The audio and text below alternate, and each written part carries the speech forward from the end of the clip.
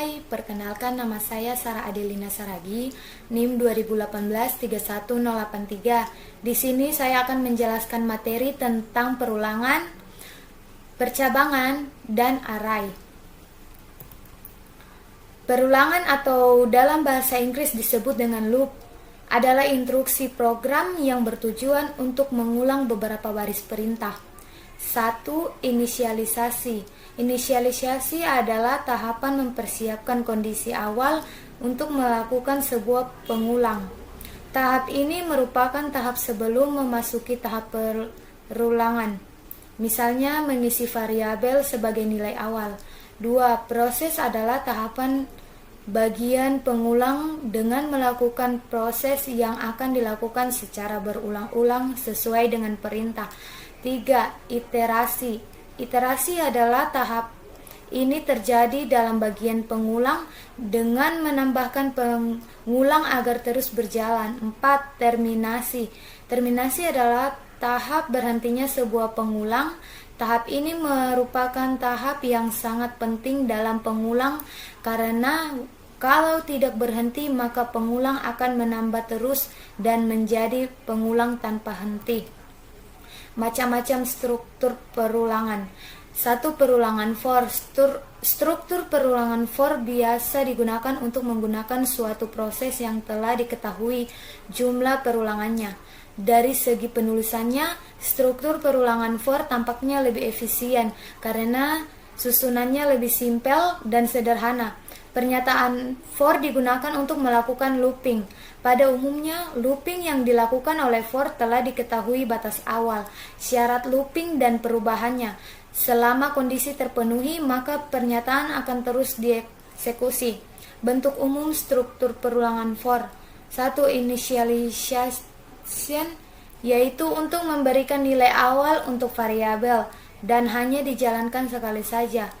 Condition, yaitu jika bernilai true maka looping dilanjutkan dan dieksekusi, dan jika loop berhenti statementnya akan diabaikan dan tidak dieksekusi. Statement yaitu berisi perintah yang akan dijalankan atau output. Increase yaitu menjalankan perintah secara increment atau discrement. 2. Perulangan while. Struktur perulangan while adalah perulangan yang melakukan pengecekan kondisi di awal blok perulangannya. Biasanya perulangan mengeksekusi jika kondisi terpenuhi atau bernilai benar, dan jika kondisi tidak terpenuhi, tidak benar, maka perulangan tidak dapat dieksekusi oleh program. Perulangan while banyak digunakan pada program yang terstruktur. Perulangan ini banyak digunakan bila jumlah perulangannya belum diketahui. Proses perulangan akan terus berlanjut selama kondisinya bernilai benar dan akan berhenti bila kondisinya bernilai salah. 3. Perulangan dual. Struktur perulangan while dan do while sangat berbeda. Jika struktur while melakukan pemeriksaan kondisi di awal, sedangkan pada struktur do while melakukan pemeriksaan di bagian akhir. Struktur do while akan melakukan minimal sekali proses untuk menjalankan statement yang akan dilakukan perulangan meskipun kondisi tidak terpenuhi atau bernilai salah. Pada dasarnya, struktur perulangan do while sama saja dengan struktur while. Hanya saja pada proses perulangan dengan while, seleksi berbeda di while yang letaknya di atas, sementara pada perulangan do while, seleksi while berbeda di bawah batas perulangan. Jadi, dengan menggunakan struktur do while, sekurang-kurangnya akan terjadi satu kali perulangan pada struktur do while. Kondisi pengecekan ditempatkan di bagian akhir. Hal ini menyebabkan struktur perulangan ini minimal akan melakukan satu kali proses walaupun kondisi yang didefinisikan tidak terpenuhi bernilai salah. Bentuk umum dari struktur do while. Percabangan adalah suatu perintah atau pernyataan yang memungkinkan suatu perintah atau pernyataan dieksekusi jika suatu kondisi terpenuhi atau tidak terpenuhi. Jika suatu kondisi terpenuhi, maka perintah akan dilaksanakan. Jika kondisi tidak terpenuhi, maka perintah yang lainnya yang dilaksanakan.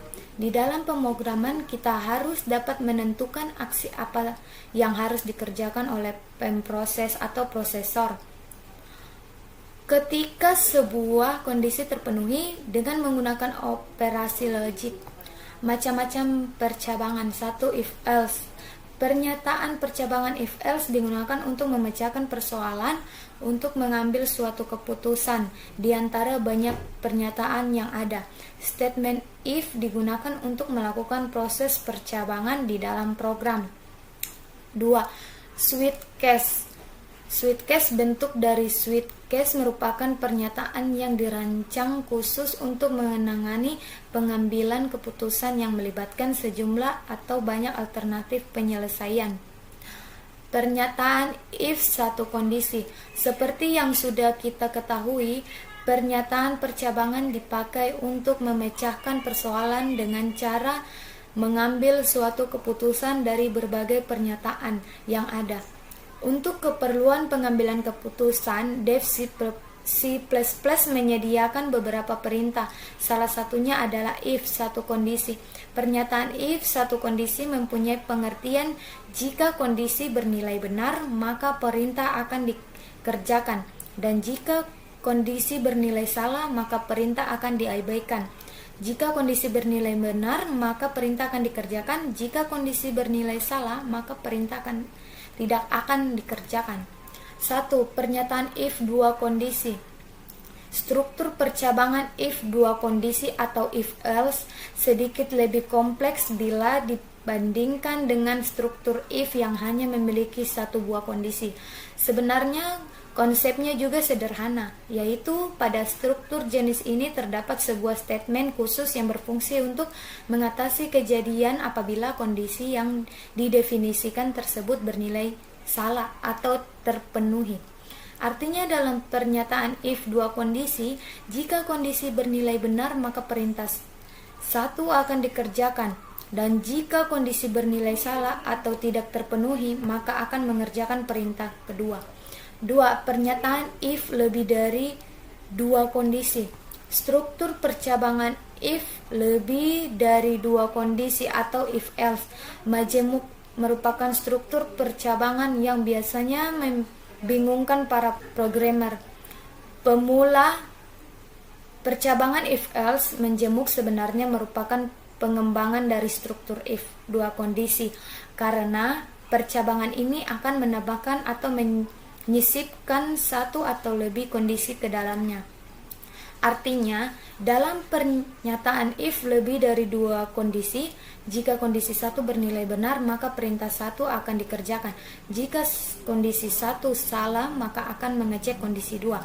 Dan jika kondisi dua bernilai benar, maka perintah dua akan dikerjakan. Jika kondisi 2 juga salah, maka akan mengecek kondisi berikutnya dan akan mengerjakan perintah pada struktur blok yang memiliki kondisi bernilai benar. Seandainya tidak ada kondisi yang bernilai benar, maka akan mengerjakan perintah yang berbeda pada struktur blok else. 4. Pernyataan if bersarang. Struktur percabangan if bersarang atau nested if merupakan struktur if yang paling kompleks, karena merupakan perluasan dan kombinasi dari berbagai struktur if lainnya. Konsep dari percabangan ini adalah terdapat struktur if yang berbeda di dalam struktur if lainnya. Artinya dalam pernyataan if bersarang, jika kondisi if yang paling luar atau paling atas bernilai benar, maka kondisi if yang berbeda di dalamnya baru akan dilihat atau dicek. Array adalah suatu tipe data terstruktur yang berupa sejumlah data sejenis atau bertipe data sama, yang jumlahnya tetap dan diberi suatu nama tertentu. Deklarasi tipe data menyatakan jenis tipe data elemen larik atau int, char, float, dan lain-lain. Nama variabel array menyatakan nama variabel yang dipakai. Ukuran untuk menunjukkan jumlah maksimal elemen larik. Macam-macam array. 1. array satu dimensi. Array satu dimensi adalah kumpulan elemen-elemen identik yang tersusun dalam satu baris. Elemen-elemen tersebut memiliki tipe data yang sama, tetapi isi dari elemen tersebut boleh berbeda. Array dua dimensi. Array dua dimensi sering digambarkan sebagai sebuah matriks, merupakan perluasan dari array satu dimensi. Jika array satu dimensi hanya terdiri dari sebuah baris dan beberapa kolom elemen, maka array dua dimensi terdiri dari beberapa baris dan beberapa kolom elemen. Array tiga dimensi. Array tiga dimensi merupakan array yang mempunyai ukuran lebih dari dua bentuk.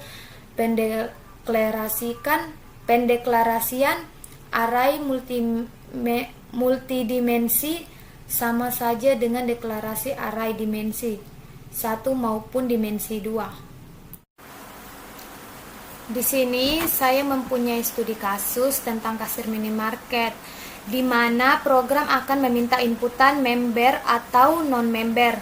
Setelah itu, program akan meminta lagi berapa macam jumlah barang yang dibeli beserta harga dan jumlahnya.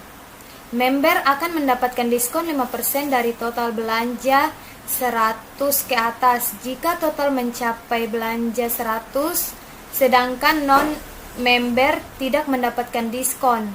Tampilannya itu atau outputnya jenis member ya atau tidak.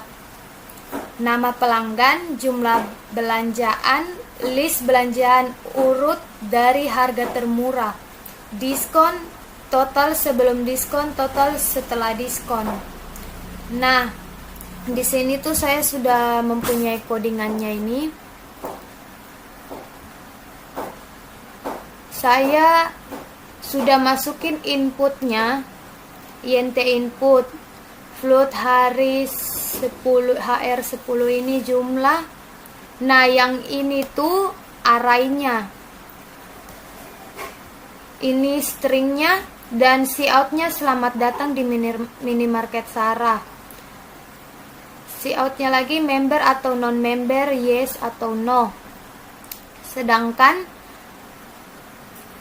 if-nya itu pilihannya yes, dan pas masukin namanya tuh ada tulisan halo member dulu sebelumnya. Kalau sudah pencet yes, terus kemudian for ini tuh dari perulangan for-nya, cout harga, cout jumlah, TOTB 1 plus sama dengan. Kemudian yang non-membernya itu codingannya seperti begini, cout nama, cout jumlah barang. Di sini tidak ada diskon karena yang mempunyai diskon cuman yang mempunyai member, dapat potongan 5%. Nah, saya akan running, kemudian kita masukin yes, isi nama Anda Sarah, jumlah barang misalnya 2, harganya 20.000, kemudian jumlahnya 2, harganya 20.000. Nah, ini tuh langsung muncul jenis member iya. Nama pelanggan Sarah, diskonnya tidak ada karena belum sampai 100.000 belanjaannya. Makanya tidak mempunyai diskon. Total belanjanya 80.000 saja. Kalau mau dapat diskonnya itu kita harus belanja di atas 100.000.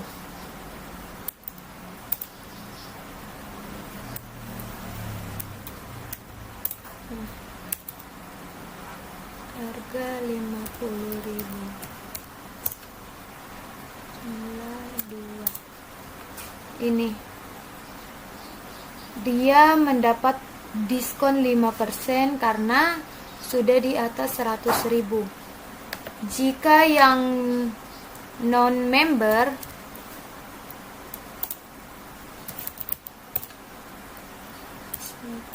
harganya 50 jumlahnya 1. Nah, dia tidak memiliki diskon.